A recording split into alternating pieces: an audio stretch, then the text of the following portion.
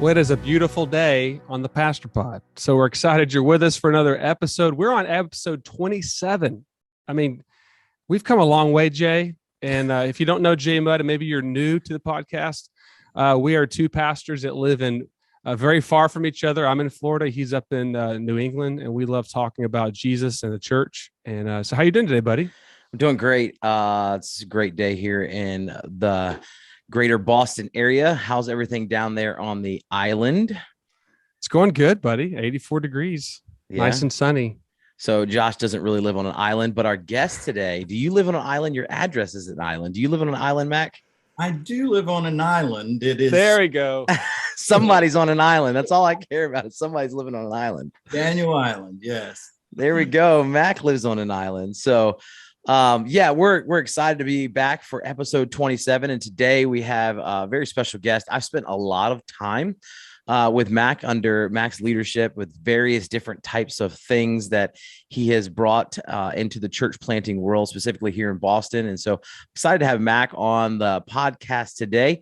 Mac, if you want to take a second, could you just introduce yourself? Introduce yourself to those that are listening. There may be some who are listening who have never heard of the Mac Lake himself. So do us a favor. Did you take a second and just introduce yourself? Yeah, sure thing. Thanks, Jay and Josh. It's good to be here with you guys. Been looking forward to this and love the work you're doing to help pastors and help churches like this. So, the quick story is I was born and raised in a little country church, little town of 500, fell in love with Jesus there, fell in love with the church, felt called to ministry, jumped into ministry, was told you're not a very good leader. And was told that by multiple people many times. And so that set me on a path to really learn leadership. And so I remember years ago, I read on that journey, I read one of the books I read was John Maxwell's book, Developing the Leader Within You. And I think it's chapter 2.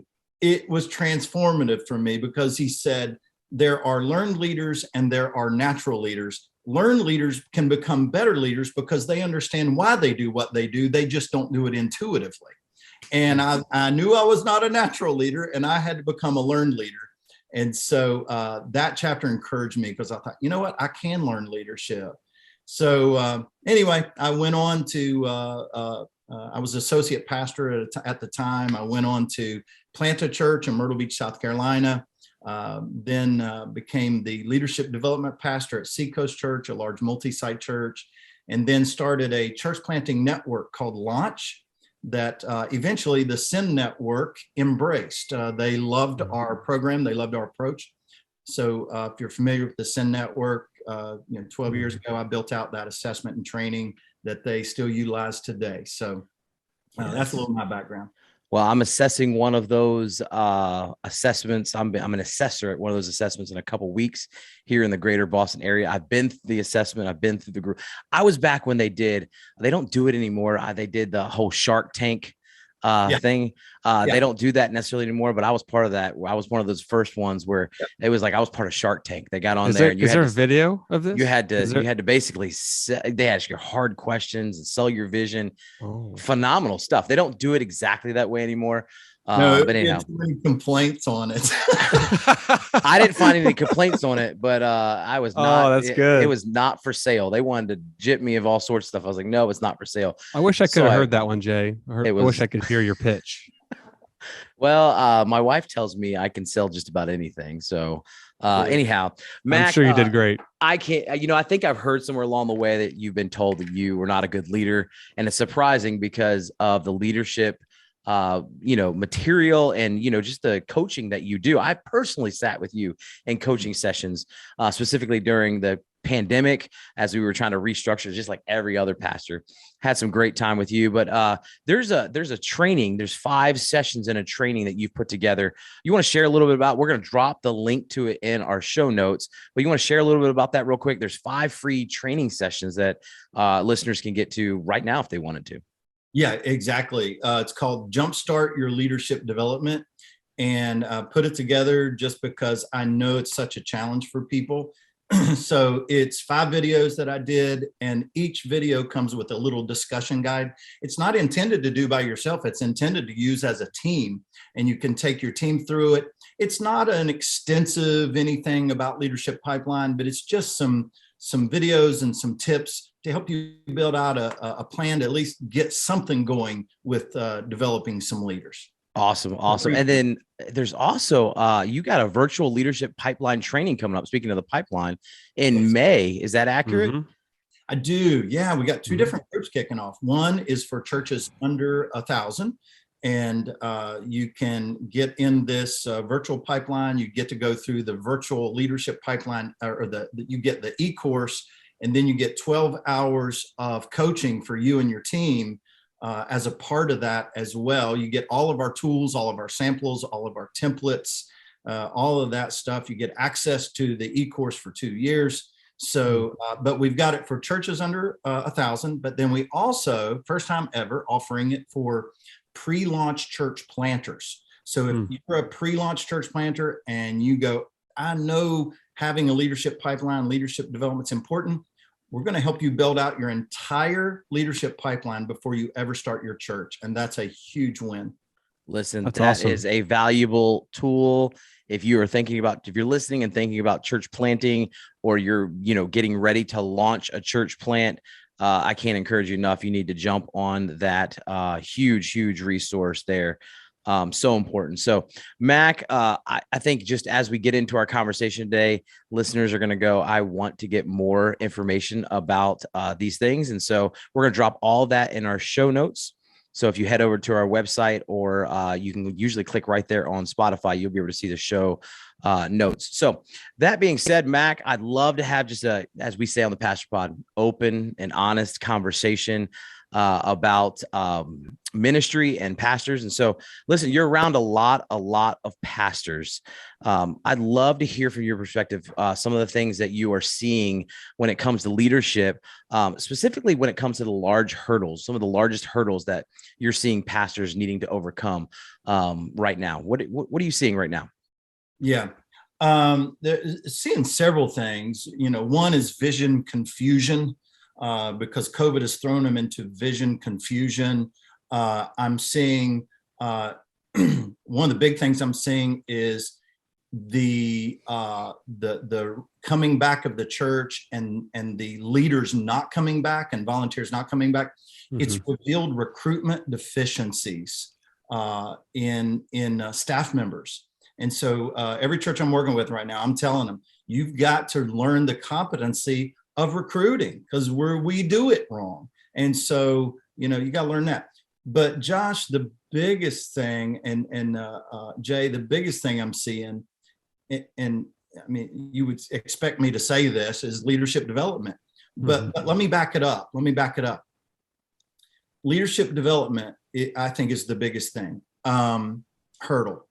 And Lifeway just released a study recently, and they asked pastors, what is the number one stressor in your life? Number one stressor. Now, here's some of the things they gave them: friendships, sin, reaching the unchurched, lack of commitment and apathy among your church members,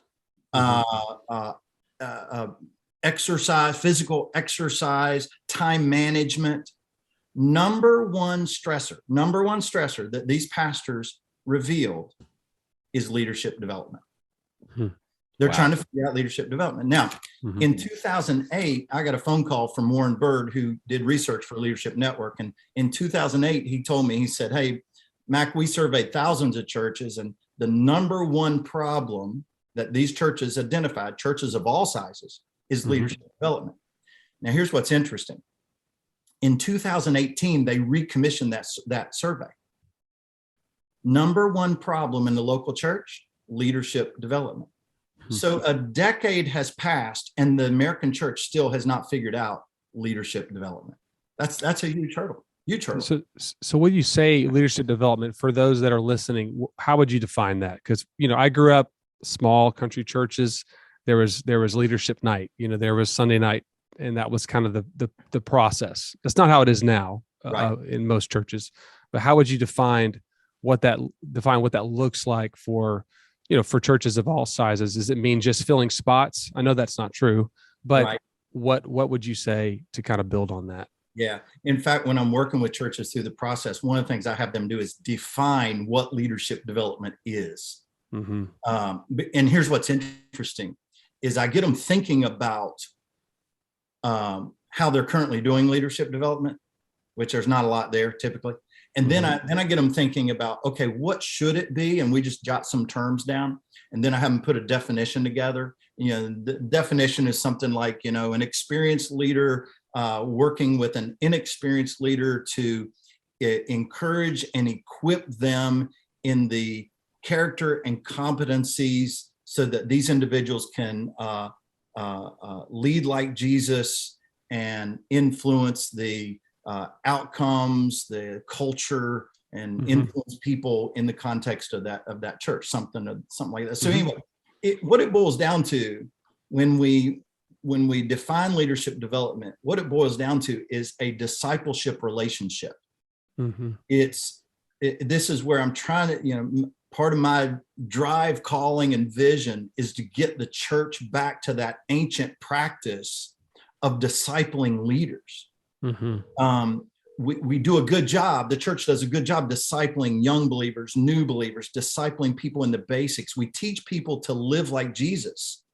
But where we stop short is we don't disciple them to lead like Jesus. And there's a big gap there. And so it's carrying that discipleship mentality to the next level and say, hey, guys, this person got saved. Now they're living like Jesus. How do we help them lead like Jesus, not just in the church? That's good. Work at home and as well as the church. That's good. That's really good, Mac. And I think this is it's got to be contagious from my time spent with you. And the fact that I've grown into this aspect of we have to build it into, if we don't build it into a regular rhythm in our life, it won't happen, especially as pastors and staff. We have all these things that, get on our calendars and on our plates. And if we don't put aside time for leadership development, it probably doesn't happen. I'm guessing you see that a lot as it's just neglected. And as you see, decades have gone by and it's just neglected. Would you say that's the case? Is just we don't make it a priority, so therefore it's not happening?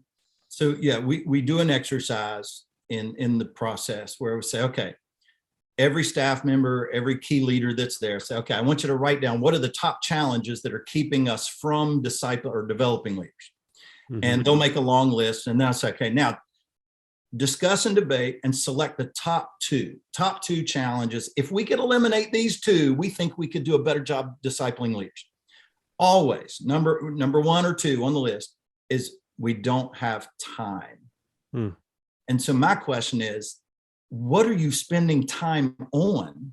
If you're not spending time discipling leaders to advance the mission, then the only other option is I'm spending time advancing the mission. So I'm either spending time advancing the mission in my area of ministry, or I'm spending time discipling leaders that will help us advance the ministry. When you compare the two, I know which one I want. That's right. Yeah. Exponential impact versus, what is it? Addition versus multiplication. Yeah. Yeah. Man. Right. Exactly. I know on our staff, we implemented an hour-long leadership development every week. We do something. And I could tell at the end of that hour, they want more. Like it's not enough. It's not enough for them. They want more. But we've started with an hour, as our little team that we've got together, we started with an hour, and I can just tell they want more after doing it because they're hungry for it. Your leaders are hungry for it. That's what I'm finding is usually this is from the top down. Would you agree with that? Like leadership starts with the top down. And so therefore your staff, if you have staff on your team and you're a pastor listening, chances are your staff is hungry for it. We just got to make time for it. Would you agree with that statement or not? Oh my goodness. Here, when I go in and work with the church and thinking about leadership pipeline, everybody wants to start at the point of pain. We need more volunteers. We need more volunteers. We need more leaders. So they want to start at the point of pain rather than starting at the point of influence. Culture flows down, it doesn't flow up. So if you direct your efforts, leadership development efforts, at the team member or leader level only, then you're not building a culture of development among your staff, and therefore it will never flow down. You just can't do it because culture flows down. And in fact, I just got off the phone with a guy. I took them through Leadership Pipeline a year and a half ago. And he called me today. He's like, I have to tell you what's going on. I said, yeah, what's going on? He said, our culture is radically different. And he said, Mac, I know we talked about when we first started taking them through the process, there were staff members that were resistant. They were resistant. So he was telling me stories today. He said, hey, it took this person and this person some time, but they saw him doing it. So they adapted and now they're doing it. And he said, now that several of us are doing it, he said, it's radically changed our culture. It's flooded down into the lower elements of our pipeline, and people are literally seeing our culture change. Really cool. That's awesome. Culture change. Now, I'm thinking about all the resources that you have available, right? You have lots of books and lots of resources. I'm going to ask a question here. I think I know the answer. But if you, I might surprise you on this. You might, maybe I know a guy. Maybe. Yeah. But when it comes to one of the most impactful resources you've used to train leaders, what would you say that resource is when it comes to, that resource, that go-to resource where you're going to train leaders? What's the biggest impact come from? Yeah. So whenever I travel overseas and I'm training pastors there, they beg, you guys know this, they beg you, please send us leadership books, please send us leadership resources. And because they don't have it, they just don't have it like we have it. And if you Google, Amazon, YouTube leadership, you're going to find tens of thousands of answers and resources, right? And so it's a question is what's the best? And here's the thing I've tried to help churches understand. The United States is the most content-rich nation in the world when it comes to leadership content, all right? But yet the American church says their number one problem is leadership development. Here's what that tells me. Content is not the solution to American church's leadership problem. Process is. Process is. And you guys, it's utilizing a transformational process that brings change. We're so addicted in leadership development to dumping information. I got to tell you what I know. I got to tell you what I know. We're so addicted to that we miss transformation. And we think if I said it, they got it. Well, here's the truth. It's not leadership development if their beliefs and their behaviors are not changing. So I can sit here and lecture at people for 2 hours and tell them everything I know about leadership, but it won't change their beliefs and it doesn't change their behaviors. I did not do leadership development. And so it's process. I read a book one time, hated the book, worst book on leadership I've ever read. I hated it. It was the philosophy. I totally disagreed with it. So I bought everybody on my staff a copy of it and gave it to them. And we went 4 sessions through that book because I knew it would make them think at a different level. And so it really is. Am I asking transformational questions? Am I giving them stretch assignments? Am I facilitating a discussion or am I facilitating discovery? That's the big difference. And when I sit across, Jay, you and I've sat in this type of environment where, you've seen me ask a lot of questions, because I'm trying to draw out discovery, not just generate a discussion. And I think this is something pastors need to learn. Well, I think I can speak from experience of sitting with you one-on-one. And I just sat with, a friend of ours named Bob Baumgartner, who all of us know. And I was just with him for a 2-day one-on-one. And let me tell you something. I think what will stretch a pastor more than anything is getting into a room one-on-one with a high capacity leader who's going to stretch you, because it can frustrate you. I'm just going to be honest. It can frustrate you. They ask questions. You're like, I don't know the answer. And so I can't depend on anybody else to ask the answer.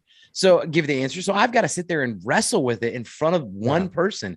So it was you on a Zoom call during the pandemic, when we were doing work, and you would ask these questions. I get so frustrated. You're like, no, Jay, I'm not asking that. I'm asking this. And I'm saying this out of just transparency, but also I think it's helpful for us to understand that, like, it's not always just you dumping information in our lap. Like, you're not solving, you're actually helping us to discover who God's created us to be and how God can maximize the leadership that he's given us. Right. And so it was you. And then I sat with Bob for 2 days, one-on-one training, and just a couple of weeks ago. And it was just 2 days of grueling.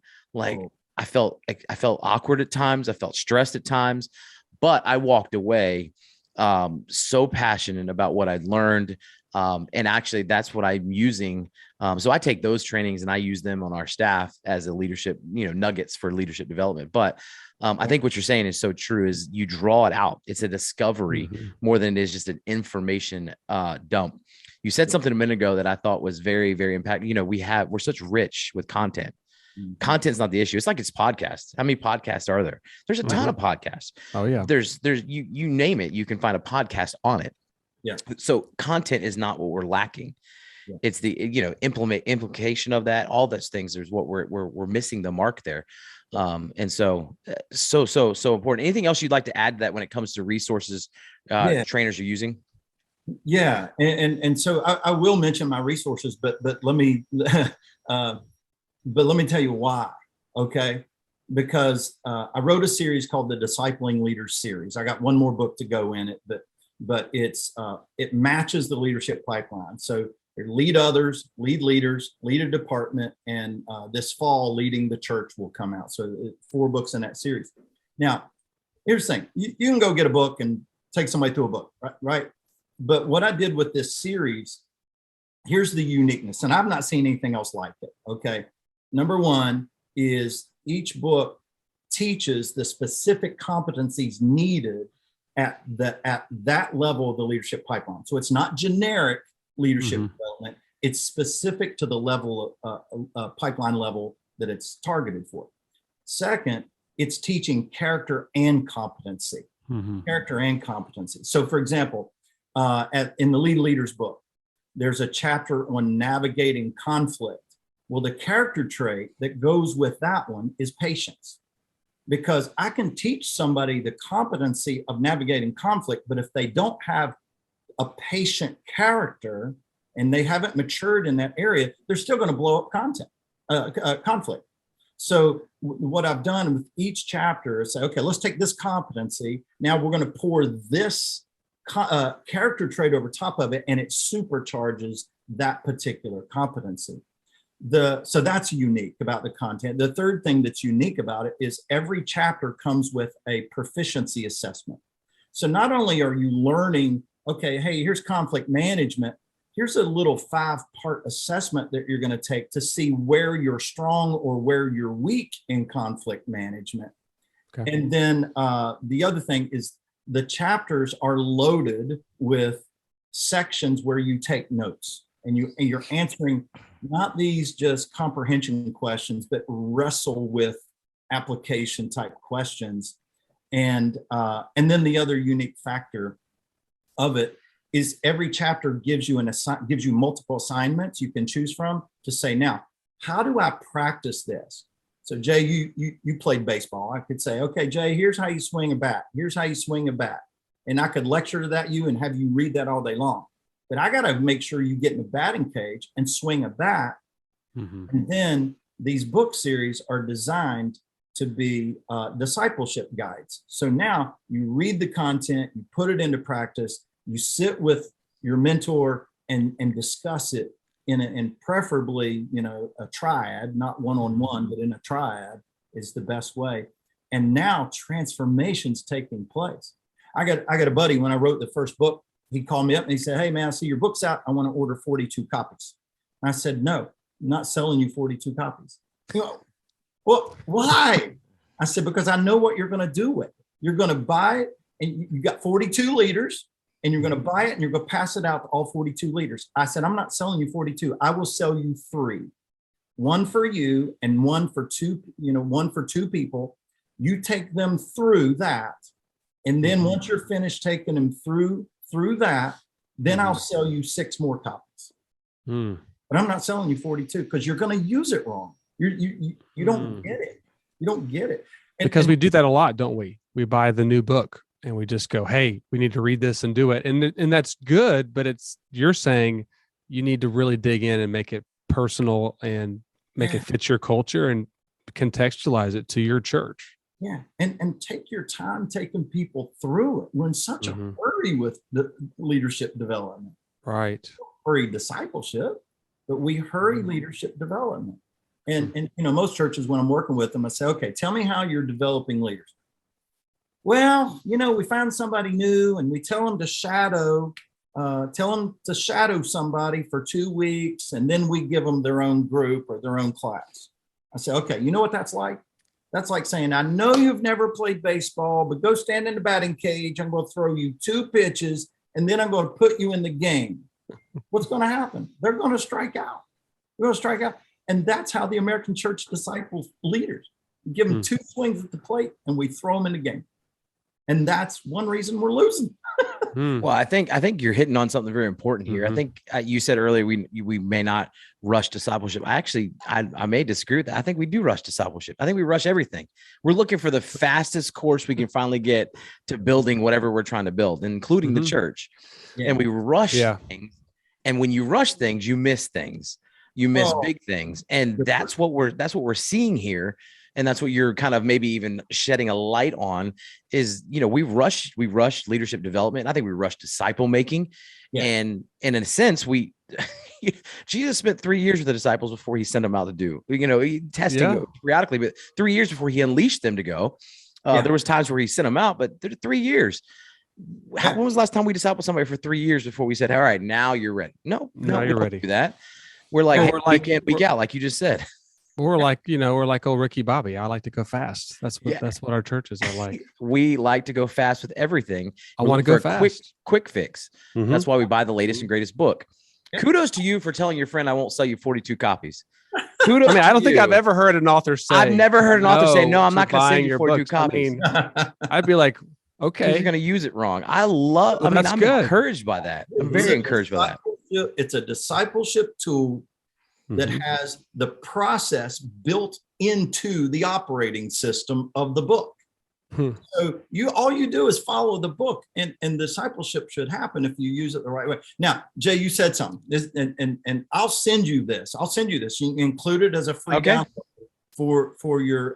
I'll show you on the screen. I know if they're watching podcasts, there you go. All right. Now, I've been studying through the life of Christ chronologically.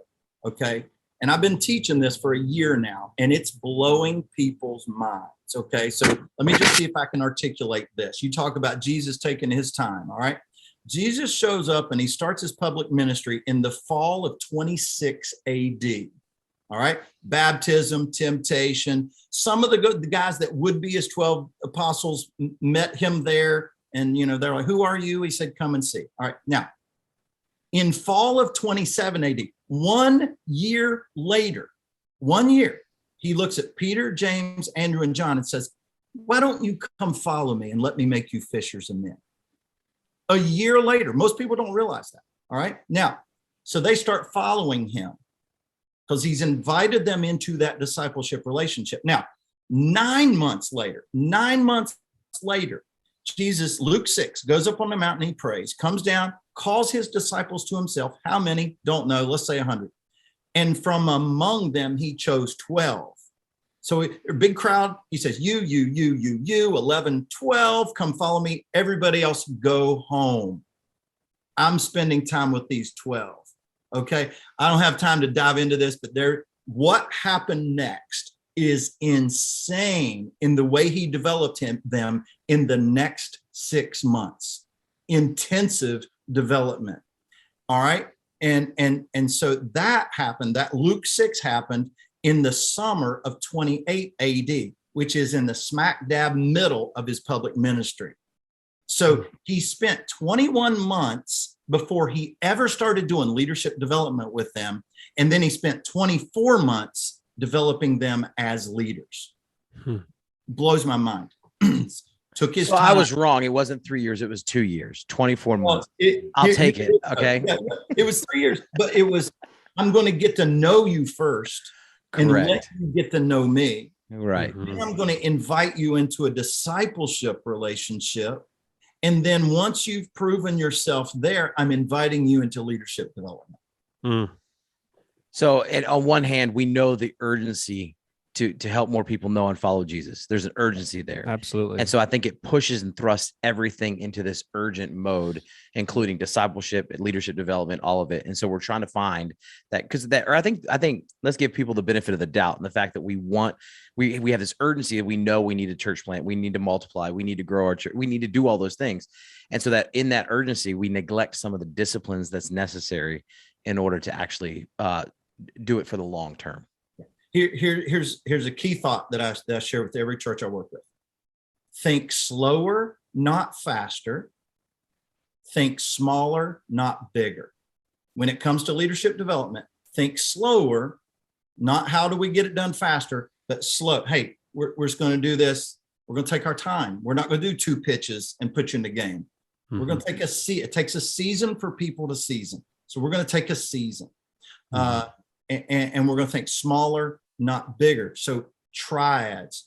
If I could get people to understand that, doesn't matter what resource. Hey, let me walk you through. Let's say that I got a church planter that's going to be sending out in a couple of years, and he needs to learn vision. Okay, well, hey, let's read, Visioneering by Andy Stanley. We're going to break it up into 5 sections, and we're going to meet 5 times.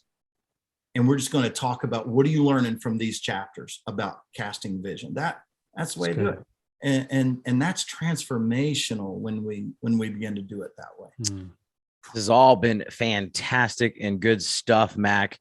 I could just soak it all up here. But as we're kind of thinking through leadership and leadership development, I want to ask you, you're around a lot of leaders, you're around a lot of people. What are some of the most practical leadership tips you can give a pastor? If they're listening right now, this would be the time where, make sure if you haven't already gotten your notebook out, you're messing up, right? Come back, listen to it later if you're in your car. But what are some practical tips you could leave some pastors with going, hey, if I could give you, 3-5 practical tips, what would they be? Yeah. I can rattle some off real quick. Number 1 is make sure that you're a disciplined visionary. Disciplined visionary. I asked a guy one time, I said, hey, what's your vision? And he pulled out a notebook and showed me 19 different things they were working on. And I was like, that's why you're not getting traction, because you're an undisciplined visionary. You're trying to do too much at one time. And your people are getting vision whiplash because you're going one direction one day and you're going another direction another day. You understand it, but they don't. And so you're giving them vision whiplash. Let be a disciplined visionary. And that's why I love the vision frame by Will Mancini. I have that vision frame with my company. I use it every meeting. We go over it or go over portions of it because it helps my team, keeps my team from getting vision whiplash. And it gives me the discipline to stay within the boundaries of the vision that I've articulated to them. So one is make sure you're disciplined in your vision, because if you're not, you're trying to do too much. And the more you want to accomplish, the more leaders you need, which makes leadership development even more important. The second thing I would say is have a written list of who's on your team. Have a written list. Now, Jay, you've been through Leadership Pipeline, so you know that one of the tools I share is something called a depth chart. And so what I have churches do is they put everybody that's a team member, everybody's name that's a leader in every ministry, everybody that's at the coach level, everybody that's a director level, everybody at senior leader level. Okay. So now it gives me a list of names of everybody in my church, what position they're playing, and I can look and see how deep my bench is. I came up with that because as a church planter, I was on the sidelines of a football game when the coach threw a piece of paper out. I went out and grabbed it and I looked at it. And on one side, it said offense and had all 11 positions with the names, flipped it over, said defense, all 11 positions with names. And I was like, holy moly. I went back to my staff on Monday morning, my church plant staff. And I said, guys, I owe you an apology. I said, high school football coach knows every single player on his team, who the backups are, how deep his bench is. And here we're leading the most important organization on the face of the planet. And I can't tell you who's on the team. So I would say, build that out, know people's names at every level. I guarantee you this, everybody listening to this podcast gets a monthly budget report in their inbox. Guarantee it. How many get a monthly people report in their inbox? Now, which one's the more important asset? The most important asset we have as the local church is people. But we can't tell you how much is in that bank account. Right. We can tell you how much is in our financial bank account. And so crucial to know that. Third thing I would say is, just like Jesus, spend a disproportionate amount of time with the few in order to impact the many. After Jesus went on the mountain and he selected his 12 as apostles, he withdrew at least 6 times where he was just with those guys, pouring into them. He knew that he had 24 months left to spend a disproportionate amount of time with those few for the sake of the many. He didn't neglect the many, but he did begin to withdraw from them. You'll see he began to withdraw to the regions, Gentile regions, to get away from people, just to train them, just to train his 12. And so know who your 2, not your 12, that's too many. Who are your 3 or 4 that you need to spend a disproportionate amount of time with to multiply yourself in? So I would say that. And then one more thing, or a couple more things. Focus on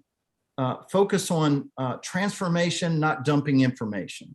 Focus on producing transformation, not dumping information. And a simple way, I mean, yeah, my books do that, resources do that. That's great. You don't have to use those.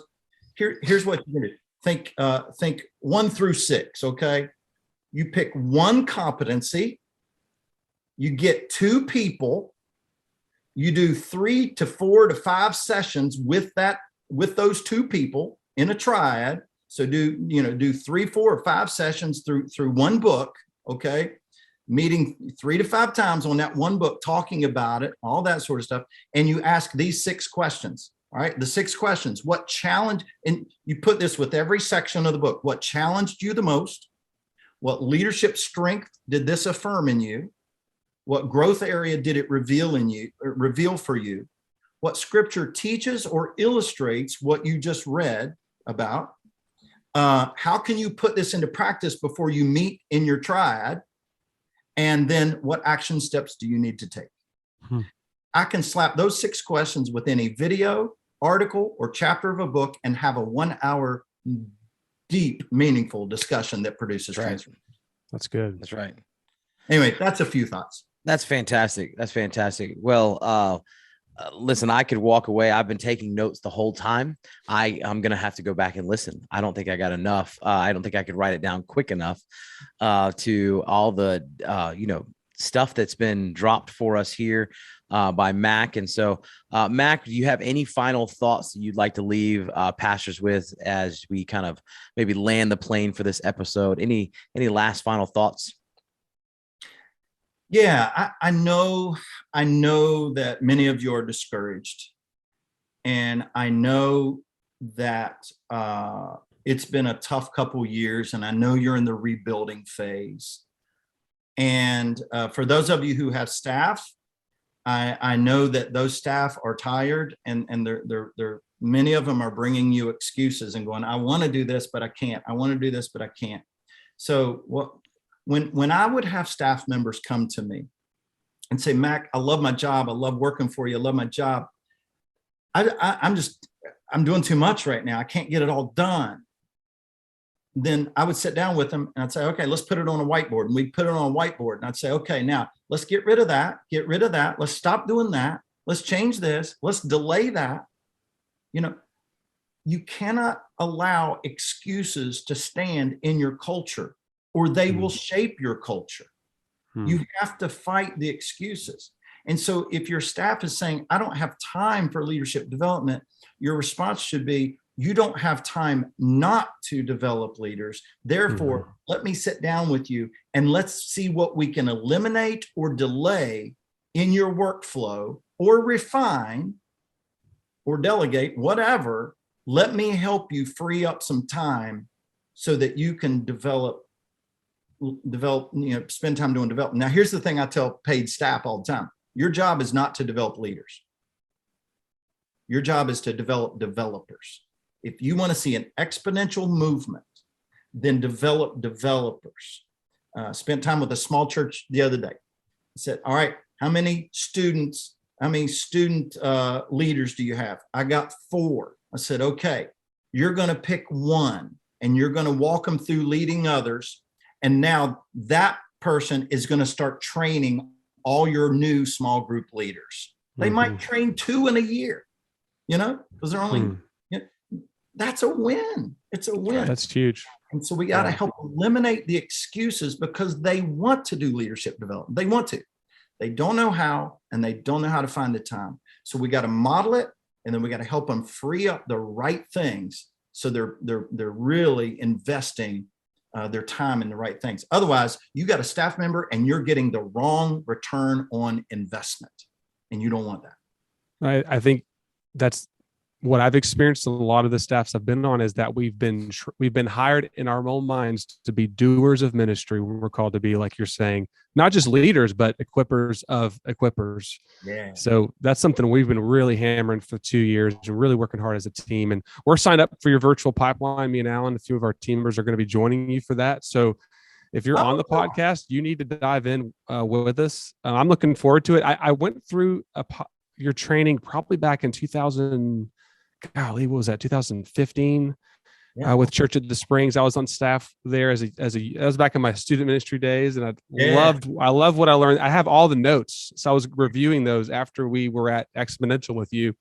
But you said, man, I've got a lot more information and way more content to kind of help you build it. So I was like super excited to jump in. We got plug and play templates now, so you don't have to start with a blank slate. We're literally going to hand you template and say, edit this and it's yours. Edit this, awesome. It's yours. You can roll with it a lot faster. Yeah. That's awesome. That's awesome. Awesome. Well, again, you heard it there. If you want to dive in with Josh and Alan, who was on our podcast last week, jump in there on his virtual training coming up here in May. Listen, Mac, I can't thank you enough for spending some time with us. And really, again, I tell people all the time, I think I learn more from the podcast than I do a lot of other places with all the leaders that come through. So listen, from Mac, Josh, and myself here at the Pastor Pod, thank you so much for spending some time with us. Have a great week ahead of you. And we hope to see you back next week here on the Pastor Pod.